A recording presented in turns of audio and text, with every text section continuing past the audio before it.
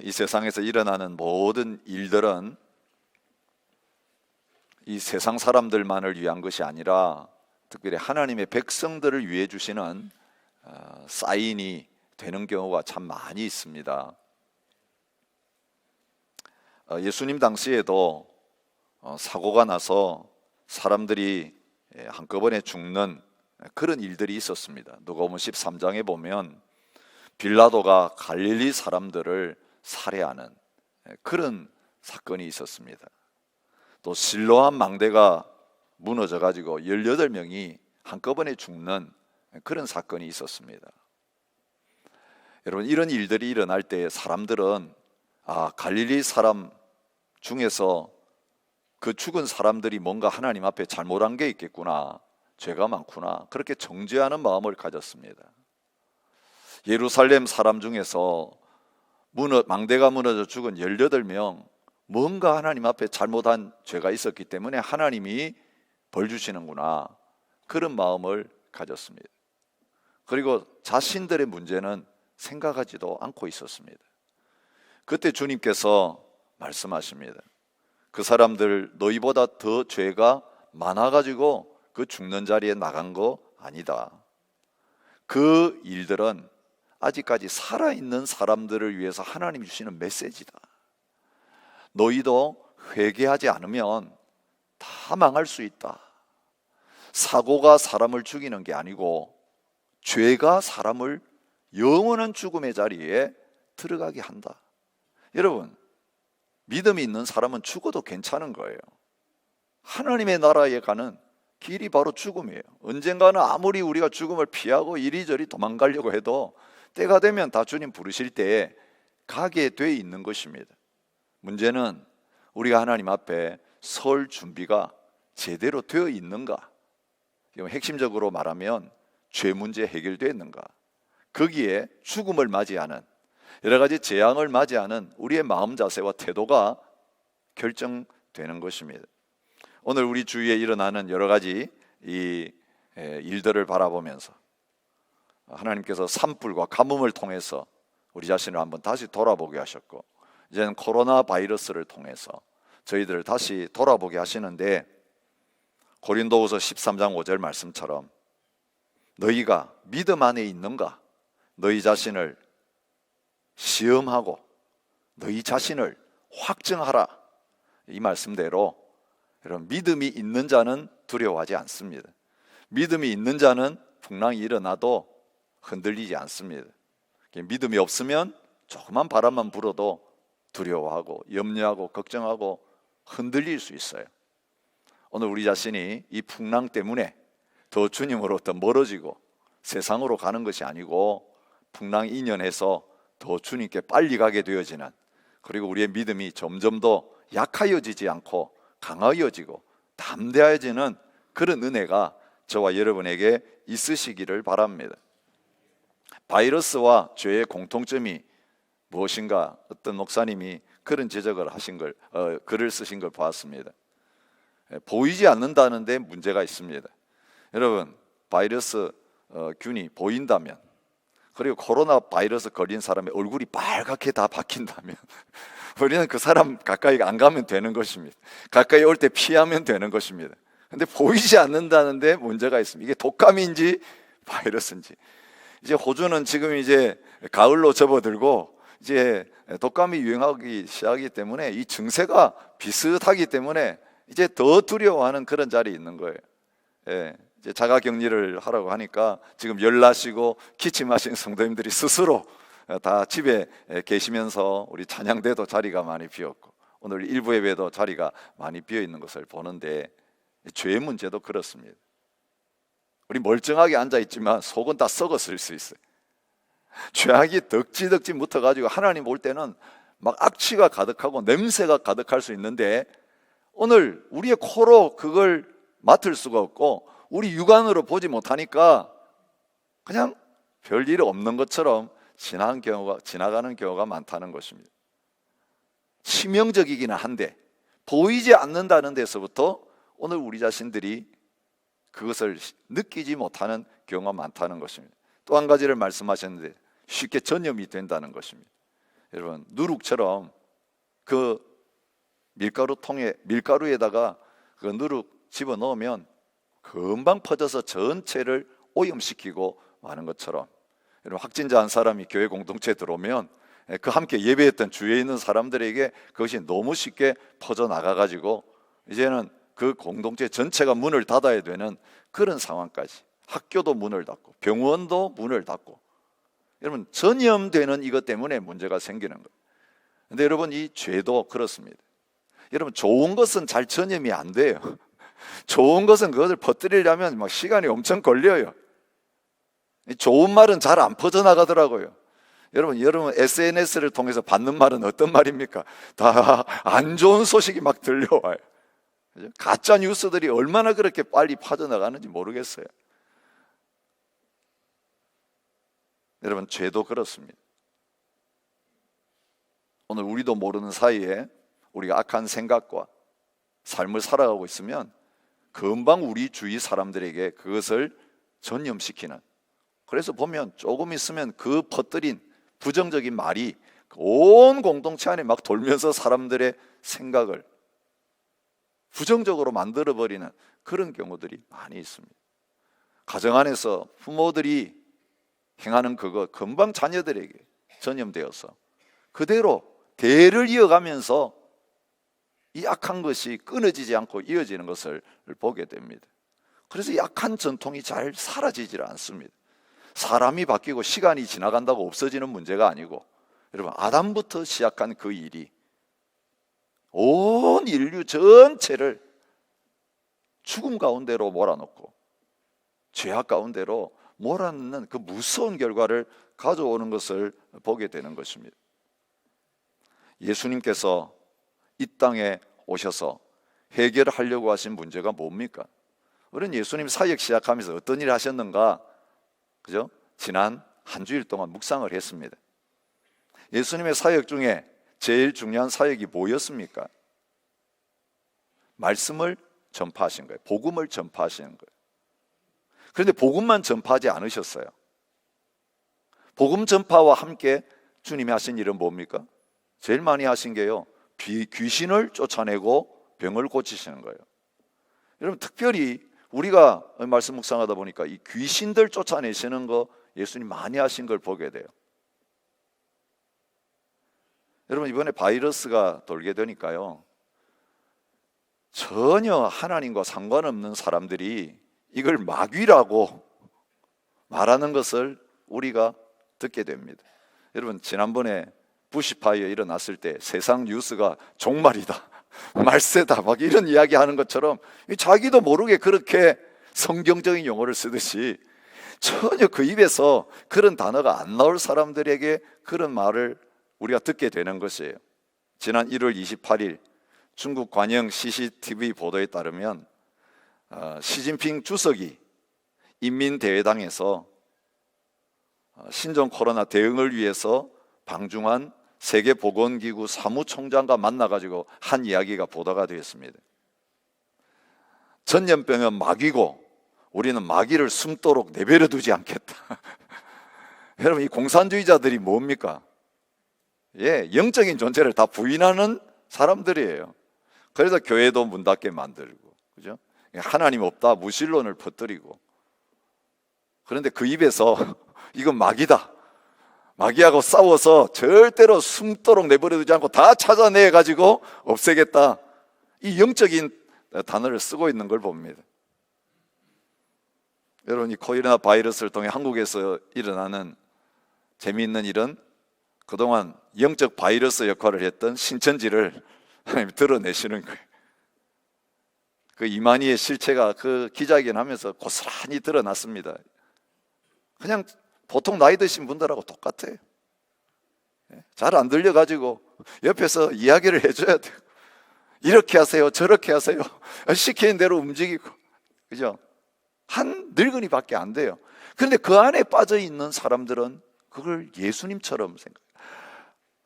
우리 예수님께서 지금 우리 그 이만희 목자님께서 지금 저런 수모를 당한 거네 이러면서 그냥 막 울고 있는 성도들이 많아요. 우리 같으면 아이고 별거 아니 날 텐데, 거기에 한번 미혹된 사람들은 빠져나오지 않고 오히려 진짜 박해를 당하시고 계신다. 그렇게 생각하는 거예요.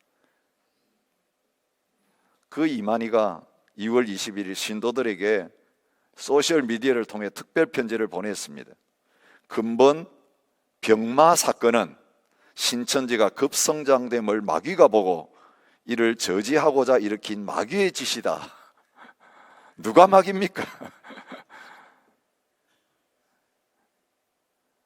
예수님께서 어제 묵상 말씀을 통해 이야기하셨어요. 마귀는 더 강한 자가 가서 쫓아낼 수 있다는 거예요. 그래서 예수님께서 귀신들을 쫓아내시면서 사실은 이 마귀를 이기신 분이다. 그죠? 처음 시작할 때 마귀에게 시험 받으시고 승리하신 다음에는 하나님의 나라가 임했고 나는 그 마귀의 권세를 이기는 메시아다, 왕이다, 하나님의 아들이다. 그걸 가는 곳곳마다 그 귀신 들린 사람들을 다 자유케 하시면서 보여주신 것이에요. 여러분, 마귀가 결국 우리 사람들을 종노릇하게 만드는 건 뭡니까? 죄짓게 만드는 거예요. 죄 지은 다음에 질병과 귀신 들림과 이런 고통 속에 있게 만든 것입니다. 예수님이 이제 하나님 나라 임했다는 걸 뭘 통해 보여주시느냐 하면 이 마귀가 쫓겨나고 병든 사람들이 고침을 받고 육신적으로 회복되는 이 일을 통해 보여주시는 거예요. 근데 사람들은 어디에 관심을 가지고 있습니까? 눈에 보이는 일에 관심을 가지고 예수님께 모여들었어요. 여러분, 얼마나 아침부터 사람들이 모여들고 예수님 나타났다 그러면 모여들어가지고 예수님 식사도 못 하시게 할 정도로 사람들은 눈에 보이는 기적, 와, 귀신이 쫓겨났대, 병자가 나았대, 여기에 열광하고 있었지만 주님이 그 병자를 고치시고 귀신을 쫓아내시면서 드러내기를 원하셨던 건 뭡니까? 죄 문제 해결되면 이 마귀와 이 육신적인 질병의 문제, 이건 아무것도 아니다. 하나님의 복음을 통해서 이 복음을 전하고 말씀을 전하시면서 인간의 영혼의 근본적인 이 죄의 문제 주님께서 해결하시는 분이다라고 하는 걸 드러내시는 거예요. 근데 사람들은 손가락만 보고 손가락이 가르치는 그 목표 지점은 보지 않는 그런 잘못에 빠져요. 우리가 신앙생활을 하면서 그런 경우들이 얼마나 많은지 모릅니다. 그래서 예수님은 중풍병자 그 앞에 지붕에서 내려왔을 때에 병자 고치는 거 하시기 전에 그 바리새인들이, 서기관들이 문제 삼을 줄 알면서도 더 중요한 문제를 먼저 말씀하시는 거예요. 너 죄 사함 받았느니. 결국 모든 문제의 근원이 죄에 있다는 것이고, 예수님께서 천국 복음을 전하시고 하나님 나라의 복음을 전파하시고 말씀을 하시는 이유가 거기에 있다는 것입니다. 예수님의 이 사역을 오늘 비유로 말씀한 것이 씨 뿌리는 사람의 비유예요. 사실 씨 뿌리는 사람의 비유이기보다는 네 가지 밭에 관한 비유죠. 예수님이 하신 일이 바로 이 비유에 등장하는 것과 똑같아요. 예수님 씨 뿌리고 다니셨어요. 그 씨가 무엇이라고요? 말씀이에요. 예수님의 말씀의 핵심이 뭐예요? 복음이에요. 그 복음의 핵심이 누구예요? 예수 그리스도세요. 예수님의 하나님의 아들이시고 메시아이시다. 우리 지난주일에 생각했던 그 복음의 핵심을 예수님께서 전하시는 거예요. 근데 이 씨 뿌리면서 거두기를 원하는 것은 무엇입니까? 열매입니다. 결실하기를 원하면서 씨를 뿌립니다. 그렇다면 예수님께서 가르치시고 전파하시면서 복음을 증거하시고 말씀을 증거하시면서 거두기를 원하시는 그 열매가 무언가, 우리가 여기에 초점을 맞춰야 되는 거예요. 여러분, 오늘 우리가 열심히 말씀 읽을 수 있습니다. 열심히 말씀 공부할 수 있습니다. 오늘 말씀을 전하고 말씀을 들을 수 있습니다. 그래서 사람들이 뭔가 깨달았다, 뭔가 은혜 받았다고 하는데 진짜 깨달아야 될 것, 진짜 은혜 받아야 될 그것을 놓치면 말씀 전하고 듣고 읽고 하는 게 다 헛된 것이에요. 여러분, 신전지처럼 열심히 성경 공부하는 데 없어요. 얼마나 하나님의 말씀을 열심히 가르치는지 몰라요. 근데 가장 중요한 핵심이 빠져 있어요. 거기에 복음이 없어요. 이만희가 이긴 자이고, 요한계시록에 나오는 그분만이 참 목자라고 그렇게 믿고 멸망의 자리로 달려가고 있는 그것을 보게 됩니다. 오늘 저와 여러분들에게 하나님이 말씀을 주셔서 말씀을 읽고 말씀을 공부하고 말씀을 전하게 하셨는데, 오늘 이 말씀을 통해 복음을 통해서 드러내기를 원하시는, 그리고 우리가 누리기를 원하시는 가장 중요한 핵심적인 열매를 바로 알기를 원합니다. 주님께서 말씀하셨습니다. 하나님, 예수님께서 증거하시는 말씀, 이것은 비밀이라고 말씀하셨어요. 그죠? 비유 말씀해 놓고 몰라가지고 제자들이 와서 물으니까 제자들에게 설명해 주세요. 그래서 비밀이라고 하시는데, 비밀이라고 한 뜻은 감추어져 있다는 것이, 하나님의 비밀을 아무나 깨달을 수 없다라고 하는 것을 가르쳐주고 있습니다. 그 비밀이 무엇입니까? 복음입니다. 여러분, 똑같이 복음을 듣는데 반응이 완전히 다른 이유는, 어떤 사람은 그 비밀을 깨닫게 되고 어떤 사람은 비밀을 모르고 그 앞에서 그냥 감추어져 있으니까 수없이 말씀을 듣고 그 말씀 앞에 나가는데도 결국은 열매를 맺지 못하는 자리에 가게 되는 것입니다. 오늘 그래서 예수님은 말씀을 전하시면서 또 이 비유를 전하시면서 계속해서 반복해서 말씀하고 계시는 게 있습니다. 귀 있는 자들은 들으라, 깨달으라. 여러분, 이 깨달음, 이 비밀을 알게 되는, 보게 되는 은혜가 저와 여러분에게 있으시기를 바랍니다. 이 말씀 읽을 때마다, 성경 공부할 때마다, 말씀 들을 때마다 이 비밀의 핵심이신 복음, 예수 그리스도가 우리에게 밝히 보여지는 그런 은혜가 있으시기를 바랍니다. 이 복음을 다시 깨닫고 감격하게 되는 그런 역사가 저와 여러분에게 있으시기를 바랍니다. 바울은 로마서를 쓰면서 결론에 이렇게 말해요. 나의 복음과 예수 그리스도를 전파함은, 복음과 예수님이 같이 붙어 있어요. 영세 전부터 감추어졌다가 이제는 나타내신 바 되었으며, 영원하신 하나님의 명을 따라 선지자들의 글로 말미암아 모든 민족이 믿어 순종하게 하시려고 알게 하신 바 그 신비의 계시를 따라 된 것이다. 이 신비라는 말이 오늘 이 본문에 나타난 비밀이라고 같은 단어예요. 미스테리오니. 하나님께서 감추어뒀던 이 비밀을 보여주시는 게 계시예요. 그게 하나님의 말씀의 기능이에요. 그런데 그냥 우리가 귀로 듣고 성경을 읽는다고 해서 그 예수님을 말씀을 통해 발견하느냐, 만나느냐, 결코 그렇지 않다는 것입니다. 고린도전서에서 바울이 강조하는 게 뭡니까? 나는 십자가에 못 박힌 예수님, 부활하신 예수님, 이 복음만 너에게 전했다. 그런데 많은 사람들은 내가 전하는 복음을 듣고도 받아들이지 않고 멸망의 자리에 간다고 하면서 이 비밀이 어떻게 깨달아지는지를 말합니다. 그러나 우리가 온전한 자들 중에서 지혜를 말하노니 이는 세상의 지혜가 아니요 세상에서 없어질 통치자들의 지혜도 아니요 오직 은밀한 가운데 있는, 이 은밀한이라는 단어가 비밀이라는 로 번역된 미스테리온이라는 단어를 똑같이 쓰고 있어요. 비밀이 감추어져 있던 그 은밀한 지혜를 말하는 것인데, 만세 전에 미리 정하신 것이라. 이 지혜는 이 세대의 통치자들이 한 사람도 알지 못하였나니 만약 알았더라면 영광의 주를 십자가에 못 박지 아니하였으리라.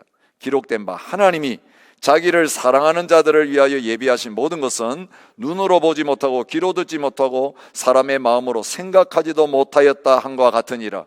오늘 예수님께서 왜 비유로 말씀하시는지를 이야기하면서 인용한 이사야서의 6장의 그 말씀을 여기서 똑같이 인용하고 있는 것을 봅니다. 오직 하나님이 성령으로 이것을 우리에게 보이셨으니 성령은 모든 것 곧 하나님의 깊은 것까지도 통달하시느니라. 하나님의 영으로 하지 않으면 믿을 수 없어요. 예수를 주라고 시인할 수 없어요. 거듭날 수 없어요. 여러분, T 공부하시는 분, 이 죄사함과 믿음에 대해서 이번 주에 공부하셨죠.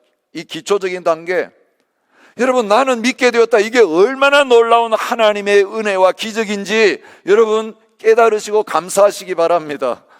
수십 년 교회 다니면서 이 복음을 계속 귀가 닳도록 듣고 있는데도 전혀 이해되지 않고 깨달아지지 않음으로 말미암아 영혼이 바뀌지 않고 거듭나지 않고 그저 육신적인 크리스찬의 자리에 머물러 있는 분들이 얼마나 많은지 모르겠습니다. 지식적으로 알고 있다, 그것이 변화를 가져오지 못하는 것입니다. 주님께서 이 복음 증거를 통해서 말씀의 씨, 복음의 씨를 뿌리시면서 이 비밀을 사람들에게 알려주시면서 어떤 반응이 있기를 원하고 계십니까? 열매가 맺기를 원하십니다. 그런데 그 열매가 뭐냐? 12절이 말합니다. 이는 그들로 보기는 보아도 알지 못하며 듣기는 들어도 깨닫지 못하게 하여 돌이켜 죄의 사함을 얻지 못하게 하려 함이라. 여러분, 죄 문제 해결되면 마귀는 더 이상 사람들을 주장할 수 없게 됩니다. 죄 때문에 죽음이 왔고 죽음 때문에 무서워하는 것 때문에 사람들이 마귀의 종노릇하고 끌려다니고 있어요. 그런데 이 마귀가 죄짓게 만들어서 죄지은 죄인들의 후손을 계속 지배하는 이 역사는 예수님이 오셔서 시험을 받으시고 세례를 받으시고 십자가에 죽으심으로 말미암아 이 죄 문제 해결되었을 때 더 이상 마귀가 역사할 수 없어서 패배하고 놓아두고 떠나가게 되어지는 그런 자리에 있게 되는 것입니다. 그렇기에 오늘 우리가 마귀로부터 자유함을 얻고 죽음을 두려워하지 않는 자리에 나가려면 오늘 우리가 진짜 죄의 문제로부터 죄의 사함의 확신을 가지고 있는가? 지금 우리가 범죄하고 넘어지고 연약한 자리에 있지만 우리의 죄의 문제가 예수님 안에서 완전히 해결되었다라고 하는 이 확신을 가지고 있는가, 그렇지 않은가에 따라서 우리의 믿음이 진정한 믿음인가 아닌가가 결정된다는 것입니다. 누가복음 8장 12절에는 이렇게 말합니다. 길가에 있다는 것은 말씀을 들은 자니 이에 마귀가 가서 그들이 믿어 구원을 얻지 못하게 하려고 말씀을 빼앗았다, 그런 말하는 거예요. 똑같은 내용이에요. 하나님이 말씀을 우리에게 주시는 이유, 복음을 듣게 하시는 이유는 뭐냐? 다른 게 아니라 믿고 죄 사함 받고 구원받는 자리에 있는 게, 구원이라는 것은요 어디로부터? 자유함을 얻는 걸 뜻해요. 죄로부터, 죽음으로부터, 마귀로부터 벗어나서 이제는 자유로운 가운데 나가게 되는 것이 구원의 실체예요. 그 구원의 중심에 죄의 문제가 있는 거예요. 오늘 우리가 건강 문제라든지 돈 문제라든지 인간관계 문제는 굉장히 중요하게 생각해요. 거기에 매여 있어요. 그런데 오늘 우리가 이 영적으로 우리를 죽게 만들고 꽁꽁 묶어서 자유를 빼앗아가는 이 죄의 문제에 대해서는 아무런 관심이 없고, 그 이 죄로부터 벗어나서 진정한 자유를 누리지 못하게 되니까 죽음 앞에 벌벌 떨게 되고 마귀 앞에 벌벌 떠는 거예요. 여러분, 사람들이 어릴 때부터 제일 무서워하는 이야기가 뭡니까? 귀신 이야기예요. 그죠? 여러분 어릴 때 경험하셨잖아요. 귀신 이야기 쫙 하고 나면 밤에 이제 밖에 오줌 누러도 못 나가요. 학교도 못 가요. 학교마다 왜 그 귀신 이야기가 많은지, 우리 학교마다 전부 다 귀신이 나와요. 그리고 공포 영화가 요즘 대세예요. 여러분 영화들 보세요. 문화적인 세계 속에 마귀가 얼마나 이 자기 귀신 이야기하면서 사람들 거기에 꼭 사로잡고 있는지 말이에요. 우리 주 안에 있으면요 공동묘지에 밤에 갈 수 있어야 돼요. 귀신들이 드글거리는 그 세계 속에서 마귀로부터 우리가 진짜 자유함을 이기고 승리한 사람이라면 수만 마리의 마귀가 득실거려도 웃으면서 거기에 지나갈 수 있는, 그게 나타나야 참으로 죄의 문제가 해결되고 하나님의 구원받은 사람이구나, 그게 증거되는 거예요. 여러분 그런 이야기는 수도 많아요.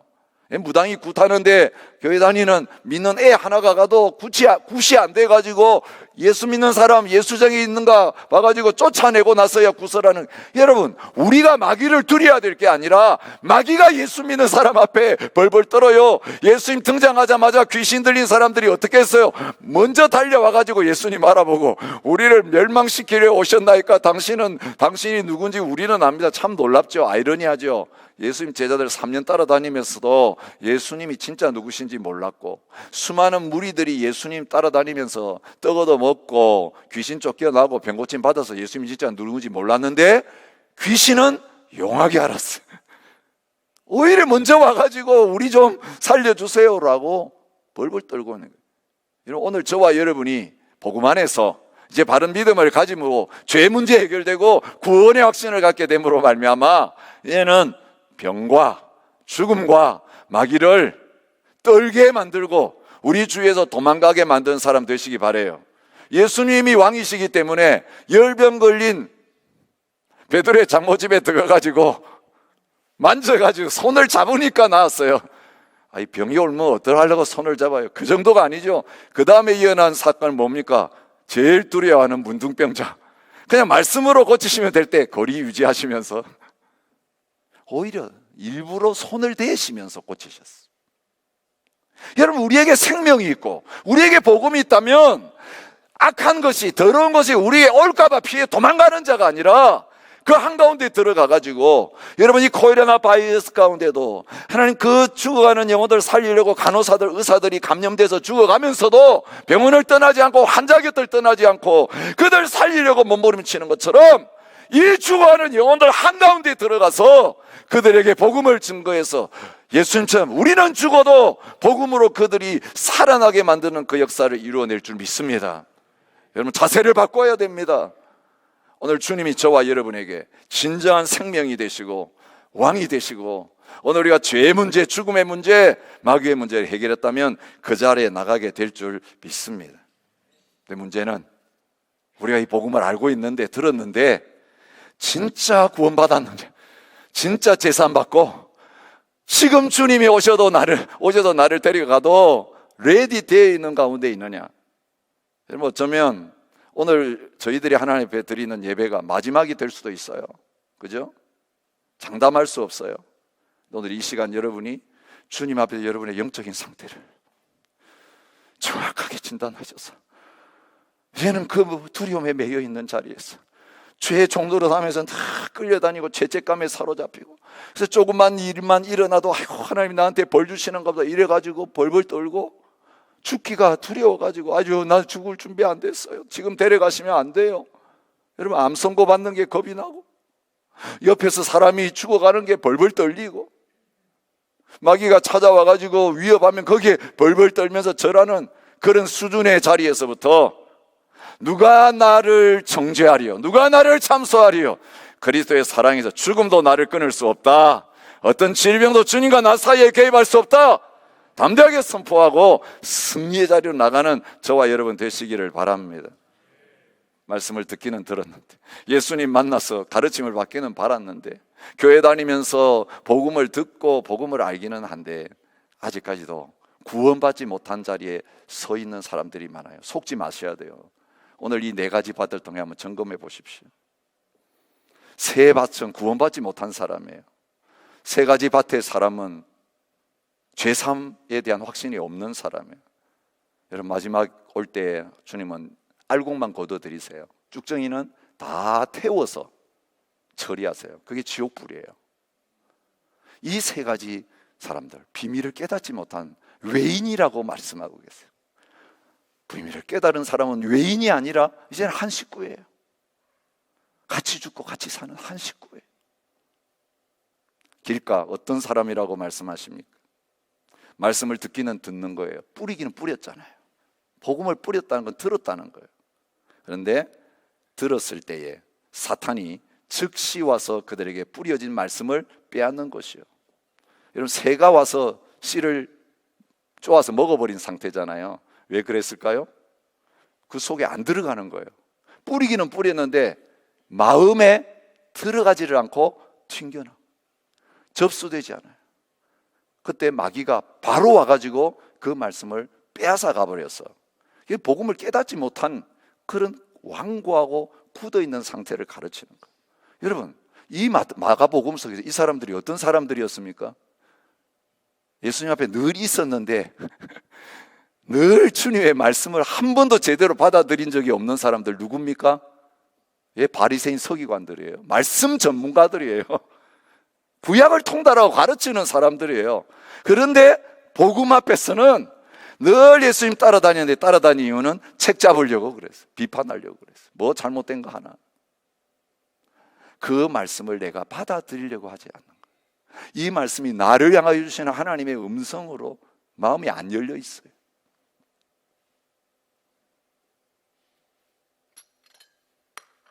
설교를 들으면서도 설교 시간이 긴가 짧은가, 음성이 큰가 작은가, 문장이 제대로 문법적으로 됐나, 그 인용하는 예화가 사실적인가 아닌가, 이런 온갖 비판적인 생각에 다 거기에 맞았으면 오늘 괜찮게 했네. 근데 내가 거기에 아무 반응이 없어. 그냥 예수님 그렇게 따라다니면서 많은 말씀을 드렸는데,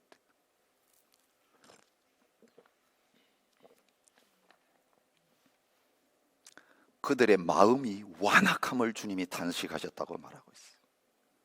예수님은 뭐라고 했습니까? 귀신 들렸다, 그렇게 예수님을 대했어요. 여러분, 귀신의 이야기를 누가 들으려고 하겠어요? 마음에 이미 예수님 귀신 들렸다. 심지어는 어떤 사람들이 있었습니까? 예수님의 가족들까지도 예수님 미쳤다, 그래서 예수님 잡으러 왔어요. 예수님을 누구보다도 잘 알았던 사람들이. 그런데 영적으로 깨닫지 못하니까, 눈이 안 열리고 귀가 안 열리니까 하나님의 말씀으로 와닿지 않아요. 그래서 늘 튕겨나요. 마귀는 그 말씀을 다 빼앗아가는 그런 자리에 있게 되는 것입니다. 결국 그들은 예수님을 죽였습니다. 예수님 배척하고 십자가에 못 박아 죽이는 자리까지 가게 된 것입니다. 성경은 이런 마음의 상태에 대해서 계속 많이 말하고 있어요. 로마서 2장 5절에 다만 내 고집과 회개하지 아니한 마음을 따라 진노의 날, 곧 하나님의 의로우신 심판이 나타나는 그날에 임할 진노를 내게 쌓는도다. 로마서 11장 7절 그런즉 어떠하냐, 이스라엘이 구하는 그것을 얻지 못하고 오직 택하심을 입은 자가 얻었고 그 남은 자들은 우둔하여 졌느니라. 고린도후서 3장 14절 그러나 그들의 마음이 완고하여 오늘까지도 구약을 읽을 때에 그 수건이 벗겨지지 아니했다. 고린도서 4장 3절부터 4절 만일 우리의 복음이 가리었으면 망하는 자들에게 가리어진 것이라.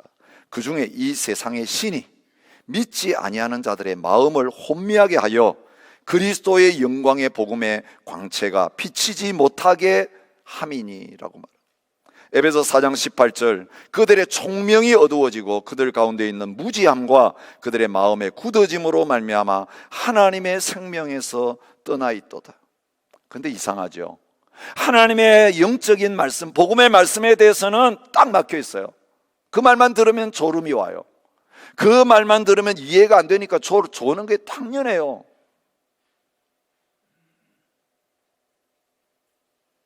그런데 귀신의 가르침 앞에는 귀가 번쩍 뜨이는 거예요. 디모데전서 4장 1절부터 2절이 말해요. 그러나 성령이 밝히 말씀하시기를 후일에 어떤 사람들이 믿음에서 떠나 미혹하는 영과 귀신의 가르침을 따르리라 하셨으니 양심이 화인 맞아서 거짓말하는 자들이라고. 여러분, 이 이단에 빠진 사람들이 왜 그렇게 우리가 보기에는 이게 얼토당토 않는 거짓말인데 거기에 빠져 있습니까? 이게 미혹의 영이 있는 것입니다.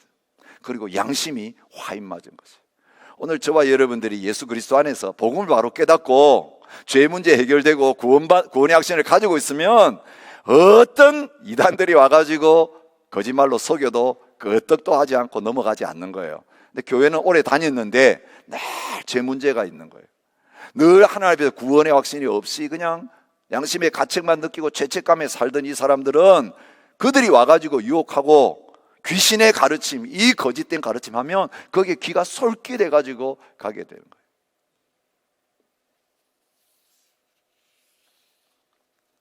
오늘 저와 여러분 가운데 아직까지도 이런 길가와 같은 마음의 상태에 있는 분들이 있다면 성령의 도우심을 구하시기 바랍니다. 주님, 나에게 보는 눈을 주시고 듣는 귀를 허락하여 주시고 이 복음이 깨달아지게 하여 주시옵소서.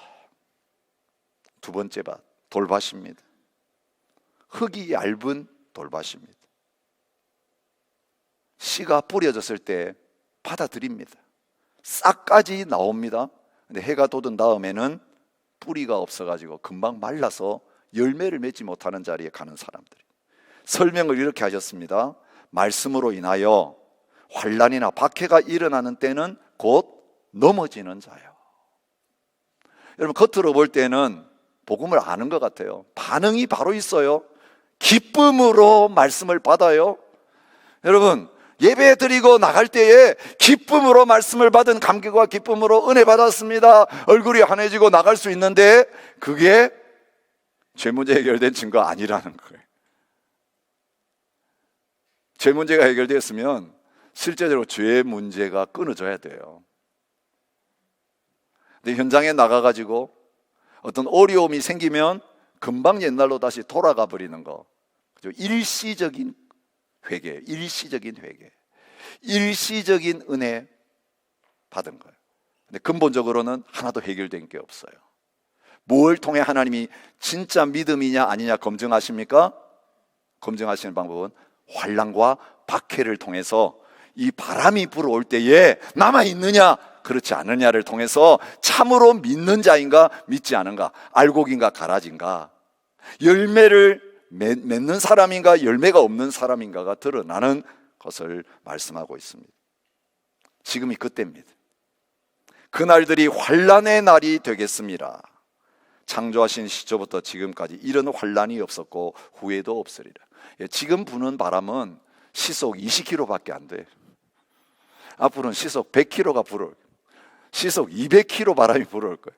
그런데 시속 20m 바람에도 흔들흔들하고 날린다면, 여러분, 마지막 그 큰 환난의 때에 내가 지금 남을 수 있는가, 여러분 다시 한번 점검해요. 뿌리가 제대로 박혀 있는지, 예수님 안에 내가 분명히 서 있는지. 주님은 그 환난과 박해 왔을 때에도 예수 그리스도 놓치지 아니하고 온전히 그분을 인정하는 이 믿음이 구원받는, 죄 용서받는 진정한 믿음이라고 말하고 있는 것입니다. 그래서 하나님 나라에 들어가려면 많은 환난을 겪어야 된다고 말합니다.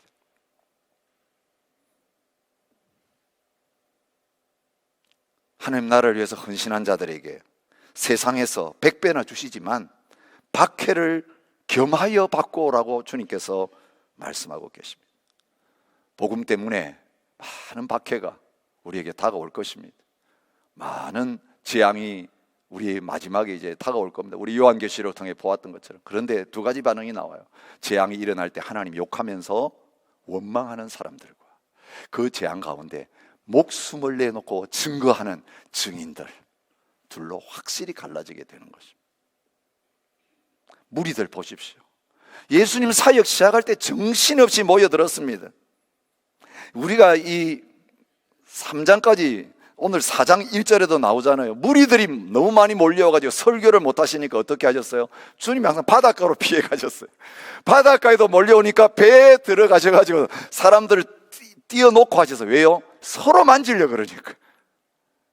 여러분, 요즘은 안 만지려고 지금 난리인데 예수님 한번 만져보려고 막. 그러니까 이 무리들 떨어져서 말씀을 전해야 되겠는데 방해 안 받고 말씀 전하기, 바닷가로 가시고 배를 타시고, 뭐 이게 주님의 방법이었어요. 아침부터 몰려오고 막 어디나 소문만 나면 몰려오고. 근데 이 무리들이 어떤 사람이었습니까? 구원받은 사람들입니까? 아니요. 예수님 말씀도 듣고 병도 고침받고 귀신도 쫓겨났고 빵도 얻어먹고 기적을 경험했는데, 여러분 마가복음 참 재미있어요. 마지막 15장 가면 이런 말씀이 나와요. 빌로다가 또 대답하여 이르되 그러면 너희가 유대인의 왕이라 하는 이를 내가 어찌하랴, 어떻게 하랴? 무리들에게 물었어요. 그들이 다시 소리 지르되 그를 십자가에 못 박게 하소서. 또 물었습니다. 십자가에 못 박게 하십시오. 빌라도가 무리에게 만족을 주고자 하여 바라바는 놓아주고 예수는 채찍질하고 십자가에 못 박게 넘겨주니라. 무리에게 만족을 주고자. 예수님은 절대로 무리에게 만족을 주지 않으셨어요. 그들을 불쌍하게 해서 문제는 해결하셨지만 그 무리들이 제자가 되기를 원하셨어요. 복음을 알기를 원하셨어요. 그래서 그 무리들의 요청을 거절했더니 기적을 안 행하고 복음 증거하고 십자가에 죽는 거 이야기하고 다시 살아나는 거 이야기했더니 다 도망가고, 그리고 이 배신감을 느낀 무리들이 몰려와가지고 기대감에 가득 들떠가지고 6월절 기다렸는데 낙이 타고 들어오는 거 보면서 힘없이 체포돼 가는 거 보면서 완전히 바뀌어가지고 죽이라 죽이라 우리를 사기쳤다 이러면서 자기들이 잘못 믿은 거 생각하지 않고 예수님 죽게 만든 거예요. 빌라도는 무리에게 만족 주고 자기 자리 지키려고 예수님 십자가로 끌고 갔어요. 우리도 예수님 그렇게 믿을 수 있어요. 우리의 목숨을 내놓아야 되는 순간이 오면, 우리의 전 재산을 다 내놓아야 되는 순간이 오면, 우리 자녀까지도 잃어버려야 되는 순간이 오면 아유 안 되겠습니다 주님. 여러분 가장 대표적인 사람들이 누굽니까? 예수님 제자들입니다. 3년 동안 따라다녔는데 넘어진다는 말은요 실족했다는 뜻이에요. 근데 제자들에게 주님 예언하셨죠. 너희가 실족하리라. 나 때문에 실족하리라. 여러분 교회 다니다가 좀 시험 들 수 있어요. 사람들 때문에 실족하는 거 괜찮아요. 사람들 완전하지 못하거든요. 그런데 예수님에게 실족하면, 예수님에게 시험 들면 구원의 길이 없습니다. 예수님이 왜 나한테 이런 어려움을 주세요? 여러분 얼마나 어려움 속에 하나님 원망하고 예수 믿고 충성했는데 이런 결과가 왜 오면 이러고 믿음을 떠나는 사람들이 얼마나 많은지 몰라요. 근데 겉으로는 얼마나 주님을 충성스럽게 섬긴 사람인지 몰라요. 근데 그 속에 두려움이 있는 거예요. 이렇게 안 섬기면 내 자식 데려갈까 봐, 이렇게 안 섬기면 내 배우자 데려갈까 봐, 이렇게 안 섬기면 내가 망할까 봐, 이렇게 안 섬기면 내가 벌 받을까 봐. 이 두려움에서 섬기는 사람은요 구원의 확신이 없기 때문에 어려움 당하고 나면 욕하고 떠나가는 거예요. 욥의 부인이 그랬다. 하나님 욕하고 죽어라. 이런 하나님을 너 믿냐? 그게 마귀가 노리는 거 아니에요. 욥을 왜 참소했어요? 욥이 잘 되니까 하나님 섬기는 겁니다. 다 가져가 보세요. 하나님 배신할 거예요. 근데 욥은 하나님 앞에서 그렇지 않았습니다. 오늘 저와 여러분이 환난과 박해 가운데서도 예수 생명이 내 안에 있기 때문에, 예수님이 전부이시기 때문에, 죽어도 살겠고 부활의 신앙이 있기 때문에 열매 맺는 자리로 나아가는 은혜가 있으시기를 축복합니다. 세 번째 무엇입니까? 가시떨기입니다. 떨어졌어요. 잘 자랐어요. 길가보다는 낫습니다. 돌밭보다는 더 오래 갑니다. 열매 맺는 때까지 갔어요. 그런데 가시가 자라가지고 기운을 막아서 결국 열매 맺지 못했다. 결실하지 못했다. 그렇게 성경은 말합니다. 무엇이 문제입니까? 그 밭에 말씀도 자라고 가시도 같이 자라고요. 이 가시가 뽑혀지지 않았어요. 무엇이 말씀을 결실하지 못하게 합니까? 구원의 자리까지 이르지 못하게 합니까? 세상의 염려와 재물의 유혹과 기타 욕심이 들어와서 말씀을 막아서 결실하지 못해. 이 사람들은 두 주인을 섬기는 사람이에요. 여러분 우리 복음 전해보면요 예수님 쉽게 받아들이고 믿는 것처럼 보여요. 그런데 옛날 주인을 안 버렸어요. 내가 주인이에요. 돈이 주인이에요. 내 쾌락이 주인이에요. 세상이 주인이에요. 사람이 주인이에요. 예수님도 주라고 고백하고 그것도 같이 들여놓고 섬기고 있어요. 근데 언제 그게 나타납니까? 결정적인 순간에 하나를 선택해야 될 때 진짜 주인의 모습이 드러나요. 이 대표적인 사람이 누구죠? 부자 청년이었어요. 어릴 때부터 말씀 다 지켰어요. 예수님 따르기를 원했어요. 근데 예수님 볼 때 만몬 섬기고 있었어요. 재물을 사랑하는 마음 그에게 가득한 거 보았어요. 얼마나 불쌍히 여기셨는지 너 재물 다 팔고 나를 따르라고 했는데 근심하고 떠나가서 주님 따르지 못했어요. 여러분 모든 거 잃어볼 때에, 모든 거 포기하고 주님 따르겠냐고 할 때 진짜 믿음이 드러나요. 여러분 다 팔고 주님 따르실 수 있겠습니까? 여러분 집 팔라 그럴 때 다 파실 수 있겠습니까? 여러분 통장에 잔고 다 제로로 만들라고 할 때 주님이 원하신다면 나 무일푼 돼도 괜찮아요. 주님이 나의 보배이십니다. 주님이 나의 공급자이십니다. 이 믿음으로 주님 따를 수 있겠습니까? 오늘 많은 그리스도인들이 주일 잘 못 지켜요. 주일날 돈 벌려고요. 사업이 잘 되면 잘 될수록 신앙생활 잘 못하고 결국은 세상적으로 성공하고 믿음 떠나서 멸망의 자리에 가는 분들 너무 많아요. 오늘 저희들에게 하나님께서 다시 한번 이 재물에 대한 욕심을 가지고 체크하십니다. 여러분 이게 첫 번째, 두 번째보다도 가장 안타까운 부분이에요. 열매 거의 다 익는 자리까지 갔는데 결국 세상의 욕심을 놓지 못하는 거예요. 그 세상 놓으라 그럴 때 그걸 못 놓고 결국 주님을 떠나게 되는 그런 자리에 섰을 때 그 죄사함의 은혜, 구원의 확신이 누려지지 못하는 자리에 있는 것입니다. 돈을 사랑함이 일만하게 뿌리가 되나니 이것을 탐내는 자들은 미혹을 받아 믿음에서 떠나 많은 근심으로써 자기를 찔렀도다라고 말합니다. 여러분, 혹시 세상 살면서 제일 여러분 힘들어하는 문제가 돈 문제, 경제 문제 아닙니까? 제일 걱정은 돈 걱정. 내 영혼이 하나님 앞에 어떻게 되는가 아무 관심이 없어요. 보배이신 예수님이 내 안에 계신 것 때문에 기뻐하고 즐거워하는 건 없고, 돈의 액수가 늘어나고 줄어들고 여기에 우리의 행복이 결정된 자리에 있다면, 여러분 진짜 여러분의 상태가 가시떨기에 막혀 있어서 열매 맺지 못하는 자리에 있지 않은지 살펴보십시오. 여러분, 진정한 구원의 기쁨은 경제적인 어려움을 뛰어넘게 만듭니다. 돈이 없어도 자유합니다. 없어도 하나님을 찬양하고 감사하는 자리에 서게 만들 것입니다. 돈 더 많이 벌게 해줄 테니까 믿음 저버리고 말씀 저버려야 그럴 때 사탄아 물러가라고 하면서 나는 거지가 되고 아무것도 없어도 주님만 따를 것이라고 고백하는 그 자리에 서는 저와 여러분 되시기를 바랍니다. 좋은 땅은 무엇입니까? 이 모든 문제들이 해결되어졌어.